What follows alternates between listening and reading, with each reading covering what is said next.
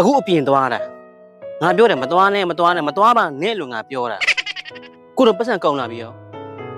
အဲ့မှာချက်စားဖို့ဟင်းချက်စရာဝယ်ဖို့တော့ပတ်စံတပြားမှမကျန်တော့ဘယ်လိုလုပ်မလဲဘာမှတော့ချီးမလဲပတ်စံအောင်မနေ့တနေ့ကပဲလက်စာထွက်ရသေးတယ်ကိုလက်ထဲမှာပတ်စံကမရှိတော့ဘူးပြောတယ်မသွားနဲ့အတန်မှားရဲ့သားနဲ့ပြောရဲ့သားနဲ့စကားနားမထောင်ဘူးကိုတလားလုံးရှေ့ဆက်ပြီးတော့ကိုတို့ဘယ်လိုနေကြမလဲ